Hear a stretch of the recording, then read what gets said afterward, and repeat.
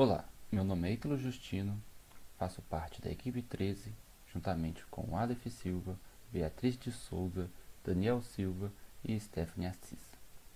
Falaremos sobre o tema sondagem rotativa. A investigação do solo é uma importante etapa da fase preliminar dos empreendimentos.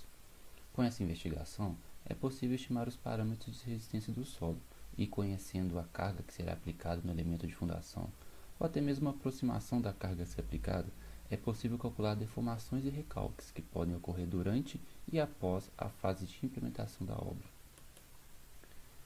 A investigação do solo no Brasil é majoritariamente realizada por ensaios SPT. Entretanto, em locais com grande resistência à penetração, como solo residual jovem, rocha alterada e maciços rochosos, o avanço do ensaio SPT é ineficiente ou até mesmo impraticável, sendo utilizada então a sondagem rotativa. Os métodos de sondagem SPT e sondagem rotativa podem ser utilizados em conjunto, uma vez que o perfil estratigráfico do solo pode ter as mais variadas configurações. Quando isso ocorre, o processo é definido como sondagem mista.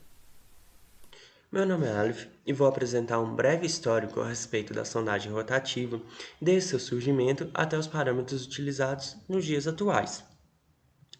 Tudo se inicia com um objetivo em comum entre engenheiros e geólogos, que, dentro da abrangência das suas próprias profissões, buscavam fazer a caracterização local do subsolo, buscando identificar materiais, comportamentos e condições presentes no interior do solo, para poder, a partir dessas informações, dimensionar fundações, contenções e outros elementos que dependem fundamentalmente do comportamento do solo para seu correto funcionamento. Então, ao longo dos anos, muitas evoluções ocorreram na área de sondagem. O desenvolvimento de novas tecnologias para descrever e caracterizar o interior dos solos. Inicialmente, haviam métodos com perfuração de poços, passando para testagens em laboratórios, métodos sísmicos ou até mesmo métodos eletromagnéticos. Porém, devido à vasta existência de muitos métodos de sondagem, havia uma certa baixa difusão de um método mais generalista ou uma subutilização dos resultados e dos métodos de sondagem, sendo necessária então uma intensa busca por métodos mais eficazes de fazer essa amostragem do solo, pois dos métodos que existiam até então, muitos métodos não faziam essa amostragem ou essa amostragem era de certa forma ineficaz. Foi então que, por volta da década de 1980, na Noruega, o Instituto Geotécnico Norueguês e o Laboratório Norueguês de Pesquisa Rodoviária desenvolveram em conjunto uma metodologia que combinava tanto a sondagem com pressão rotativa como a sondagem de controle, tudo em apenas uma única operação. Estava surgindo então a chamada sondagem rotativa. Essa metodologia de sondagem rotativa foi pensada e estudada para estudar todos os tipos de solo, não somente aqueles com perfis mais rochosos, mas também os solos mais tradicionais. Normalmente, a sondagem rotativa é utilizada no início das sondagens das investigações do solo, pois garante uma boa caracterização preliminar das camadas de solo, assim como das camadas de rocha, estando normalmente associada a outro método de sondagem, na chamada sondagem mista. O método de sondagem rotativa se baseia tanto na firmeza do solo frente à força de penetração aplicada pela própria sondagem, de forma a identificar as camadas e os tipos de solo e rocha presentes ali no interior do subsolo. O cenário atual para aplicação da sondagem rotativa é o seguinte: normalmente é realizada a sondagem mista, como eu disse, associada a um outro método de sondagem, normalmente o SPT, pois sabemos que existem condições que tornam impraticável a utilização do SPT, pois existem pontos onde ocorre a impenetrabilidade do amostrador. Então, nesses pontos é utilizada a investigação geotécnica por meio da sondagem rotativa, em perfis mais impenetráveis ou até mesmo em rochas, pois a sondagem rotativa atualmente é considerada como fundamental para a caracterização dos perfis rochosos, pois é um método realizado por meio de uma perfuração motorizada. sendo considerada inclusive como exigência tanto em projetos de barragens, projetos eólicos e projetos de mineração. Os equipamentos utilizados na sondagem rotativa. A gente tem aqui do lado uma figura ilustrativa do que é necessário, mas os equipamentos principais são a perfuratriz ou sonda rotativa. Ela pode ser por acionamento manual, mecânico ou hidráulico. Ela é composta por um motor, que pode ser diesel, gasolina ou elétrico, um guincho e um cabeçote de perfuração. Aqui. Nós temos as hastes, que são conectadas no cabeçote de perfuração.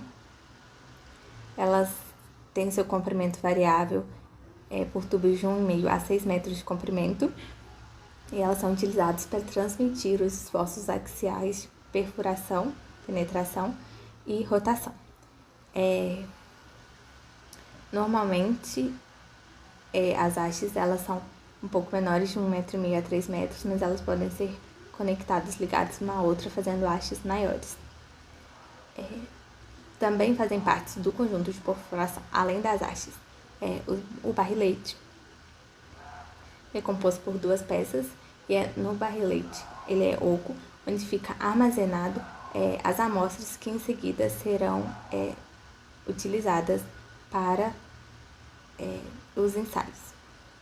Temos também as coroas, que ficam na ponta do barrilete, o calibrador, que fica entre o barrilete e a coroa. As coroas, em geral, elas são diamantadas por serem mais resistentes, mas existem outros modelos. Temos o revestimento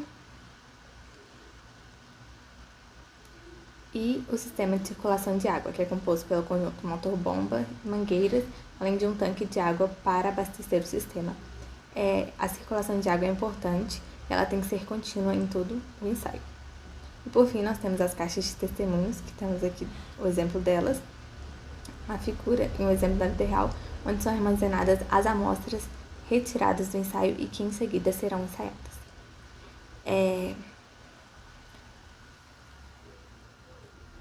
Aqui nós temos outra imagem ilustrativa, que a gente pode ver a haste de perfuração ligada ao cabeçote de perfuração, o barrilete. O barrilete, eles são os tubos destinados a receber o testemunho,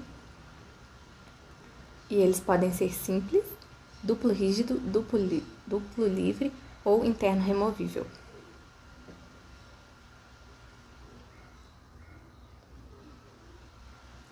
E aqui, entre o solo do furo e a haste, nós temos o revestimento, que é para a estabilização do furo, e ele só é utilizado quando necessário. Por exemplo, em casos onde há água ao redor. Aqui a gente tem uma figura, uma imagem exemplificando o sistema. Nós temos o tripé e uma sonda rotativa. Aqui nós temos outra imagem. Nessa imagem a gente pode ver que o equipamento mecânico ele está inclinado com um ângulo cerca de 45 graus. A gente pode ver que esse tipo de sondagem é muito utilizado assim, principalmente para sondagem em encostas e taludes, para a realização de tirantes. Aqui a gente tem uma imagem mais perto do conjunto de perfuração, as hastes, o barrilete, o calibrador e a coroa. Aqui embaixo tem alguns exemplos de coroa. Essa aqui é a coroa diamantada. Essa aqui são coroas do tipo vide. A gente pode ver que elas têm vários diâmetros. E os diâmetros das coroas do barrilete são importantes e devem ser um ponto de atenção para a escolha do equipamento, porque dependendo do diâmetro, a amostra retirada ela vai estar mais ou menos perturbada, dando resultados mais realísticos ou menos para os ensaios. Passando para os procedimentos. O procedimento de avanço do conjunto de perfuração no ensaio de sondagem rotativa é chamado de manobra. As manobras elas são realizadas consecutivamente com circulação contínua de água injetada pela bomba. essa água injetada ela auxilia no arrefecimento do sistema, do motor e da sonda rotativa, além de auxiliar na retirada de resíduos do solo. Como já explicado antes, a profundidade máxima de cada manobra ela varia com o comprimento das hastes, podendo ser entre 1,5 m e 3 metros. Entretanto, algumas literaturas indicam que essa profundidade máxima seja menor que 1 metro para rochas e solos mais frágeis. Aqui a gente tem um exemplo do conjunto mecanizado para obtenção das amostras contínuas do material rochoso através da ação perfurante, dado por forças axiais de penetração e rotação. A sonda rotativa, ao mesmo tempo que ela empurra, faz um esforço para baixo, ela rotaciona a haste.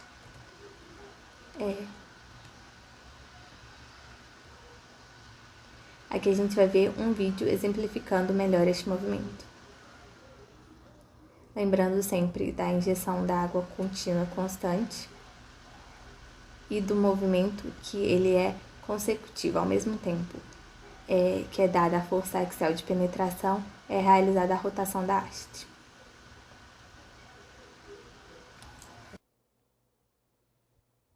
Olá, eu sou Daniel Silva e agora eu vou dar continuidade ao conteúdo já apresentado. Bom, partindo agora para algumas recomendações, começando pela seleção do equipamento, nós temos que a seleção do equipamento ela é fundamental para a execução da sondagem rotativa, né? É necessário escolher o equipamento que vai atender às especificações do projeto, como a capacidade de perfuração, profundidade máxima, né? Diâmetro da broca, entre outros. Então, aqui a gente tem alguns exemplos desses dispositivos, né? Desses equipamentos, para exemplificar. E além disso, também é importante que a gente escolha, né, que a gente faça a escolha de um equipamento de qualidade e bem conservado para garantir a segurança e eficiência da nossa perfuração. Para a próxima recomendação, né, vamos partir para a preparação do local. Essa parte aqui ela é essencial para garantir a segurança da equipe, né, e a eficiência da perfuração. Isso vai incluir tanto a limpeza da área de trabalho, a marcação do local de perfuração com piquetes, a instalação de barreiras de proteção quando essa sondagem ela vai acontecer em ambientes mais movimentados e com o trânsito tanto de veículos quanto de pessoas. Então essa barreira vai servir tanto para prevenir a entrada de pessoas, como também a própria movimentação indevida do nosso equipamento, né? Aqui acabou que foi usado a imagem de uma sondagem SPT, mas aqui a gente vê que o terreno ele está bem plano, está bem limpo, que é essa a ideia, né, da nossa preparação do local. E agora, partindo para a identificação do ponto da sondagem, esse ponto aqui é feito de acordo com a especificação do projeto, né? O ponto ele deve ser marcado com piquetes e a sua localização ela deve ser registrada para garantir a precisão dos dados coletados.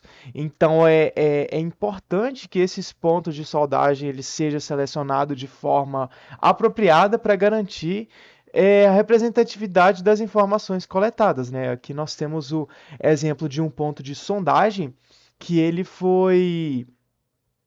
esse ponto aqui ele já foi fechado, né? Mas a gente tem aqui a indicação dele do piquete, né? Isso aqui provavelmente uma obra de infraestrutura, né? Provavelmente alguma rodovia, porque a gente tem aqui essa indicação.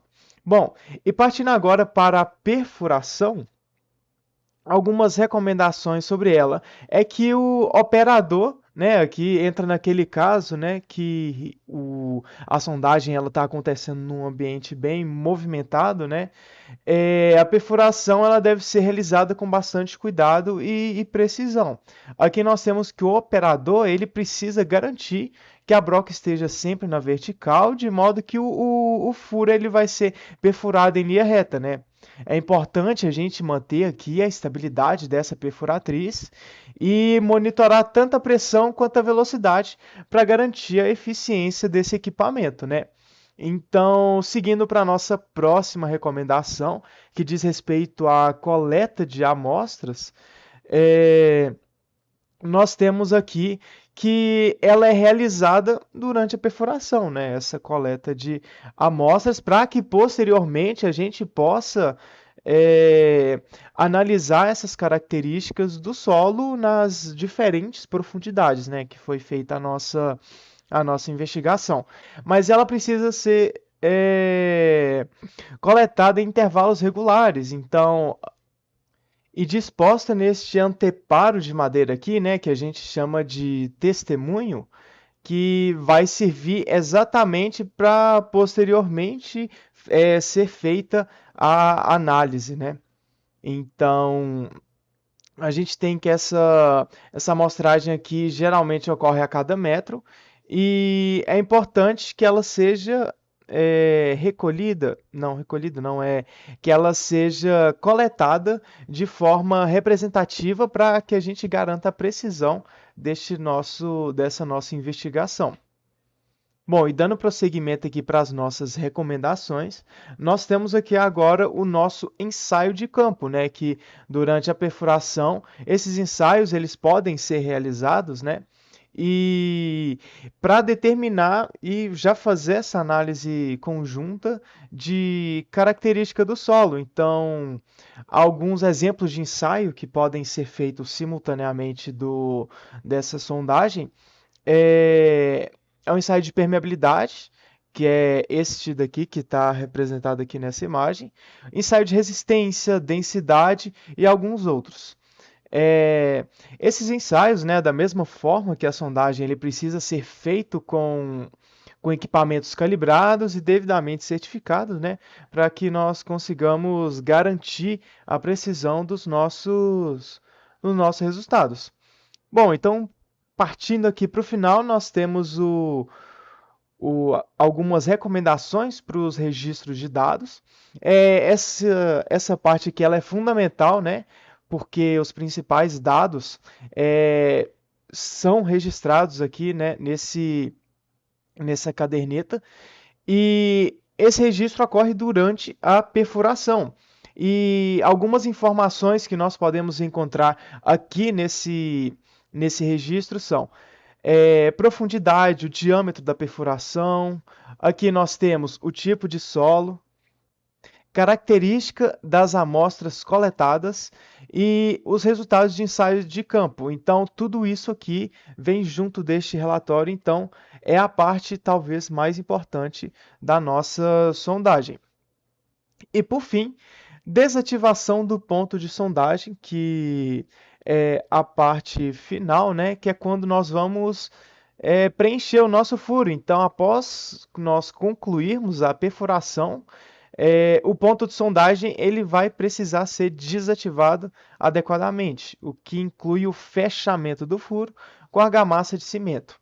E com isso, a retirada dos equipamentos e a posterior limpeza do nosso ambiente de trabalho, né?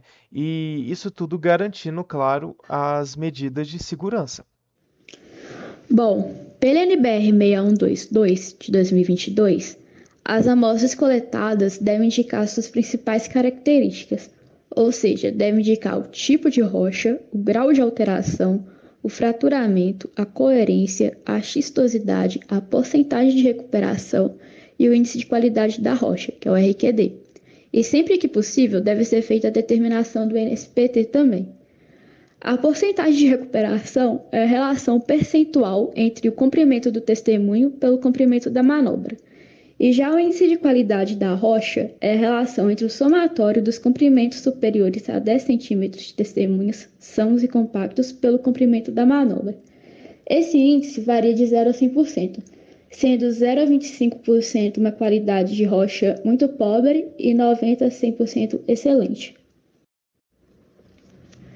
Pela DNR Pro 10297, o boletim de sondagem rotativa deve constar alguns itens, como o nome e o local da obra, o nome da firma, o número, inclinação e o rumo da sondagem, o nome do responsável pela execução, cota da boca do furo, o equipamento utilizado, ou seja, o tipo de avanço da sonda, tipos de coroas e barriletes, o avanço diário com diâmetro de perfuração, profundidade das manobras e dos revestimentos, a descrição do material atravessado, porcentagem de recuperação dos testemunhos e os números de peças de testemunho por manobra, leitura diária do nível d'água e indicação de artesianismo, fendas e avanços livres da manobra, perda d'água da circulação,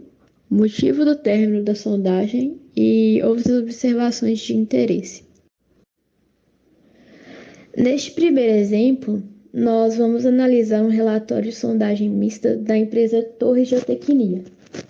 Nós podemos notar que a partir da cota 26 e 39, há uma mudança na apresentação dos resultados, e que se diz respeito ao começo da sondagem por rotação. No cabeçalho do relatório, nós podemos ver informações como o nome e o local da obra, o número do furo, a inclinação e o rumo da sondagem, a data do início e do término da sondagem e a cota. Aqui nós podemos ver que a escala é de 1 para 100. Nessa coluna, o diâmetro do furo utilizado na sondagem, a profundidade do revestimento, caso seja necessário o seu uso, e o nível d'água. Nesse caso aqui, o furo não apresenta nível d'água. Aqui a profundidade das camadas. Ao lado, a descrição geológica do material e a representação do seu perfil geológico, bem como a profundidade das manobras. Manobra é a operação de avanço do conjunto da composição de perfuração com ou sem recuperação do testemunho, qualquer que seja o comprimento do avanço. Nessa primeira camada aqui, nós observamos uma manobra de 1 metro, por exemplo. Ao lado, nós vemos a porcentagem de recuperação de cada manobra, representado nessa escala de baixo, no lugar do NSPT. Nessa coluna, nós vemos o índice de qualidade da rocha, que é o RQD. Nesse exemplo, o RQD é de 0%. Ou seja, nós podemos concluir que a rocha é bastante fraturada, já que não houve nenhum testemunho com comprimento maior que 10 centímetros. Nessa última parte, é anotado o grau de alteração, que varia de 0 a 5, sendo 0 uma rocha sã ou praticamente sã, e 5 uma rocha extremamente alterada. O grau de fraturamento, variando de 1, que é pouco fraturada, a 5, que é uma rocha que está em fragmentos, e o grau de coerência, que é uma visão geral da qualidade da rocha, baseando-se em características físicas, tais como resistência ao impacto, ao risco, a fiabilidade, e varia de 1, que é muito coerente, a 4, que é friável. O grau de resistência à compressão simples e a classificação de descontinuidades principais só são apresentadas quando explicitamente pedidas pelo cliente. Em um segundo exemplo, nós falaremos sobre uma sondagem mista realizada pela empresa GH Sondagens Limitada. O empreendimento é um centro integrado de saúde, localizado em Xanxerê, Santa Catarina. Essa sondagem foi realizada no mês de novembro de 2021. Nesse croquis e localização apresentados, nós podemos ver os pontos solicitados pelo cliente, SM01, SM02 e SM03. Podemos ver no registro fotográfico das sondagens em campo as máquinas da sondagem rotativa realizando o furo 1, o furo 2 e o furo 3. Os testemunhos que serão apresentados no boletim de sondagem são classificados pela empresa em parâmetros, sendo que o grau de alteração é classificado de A1 a A5, sendo A1 a rocha sã, ou seja, a rocha apresenta seus minerais constituintes sem decomposição, E A5, a rocha é extremamente alterada, ou seja, os minerais constituintes são totalmente decompostos. Outro parâmetro é o grau de consistência, em que é classificado de C1 a C5. C1 quando a rocha é muito consistente. As amostras podem ser apenas lascadas com o martelo de geólogo. E C5, a rocha não tem consistência, é friável. Esfarela ao golpe do martelo e desagrega sob a pressão dos dedos. Outro parâmetro é o grau de fraturamento, classificado de F1 a F5, onde F1 tem características ocasionalmente fraturada e F5 ela é extremamente fraturada. Outro grau é a classificação do RQD, sendo que o RQD é classificado de R1 a R5 e R1 vai de 90% a 100%, qualidade excelente, e R5 vai de 0 a 25%, qualidade muito pobre. Podemos ver os 3 boletins de sondagem de cada furo, SM01, SM02 e SM03.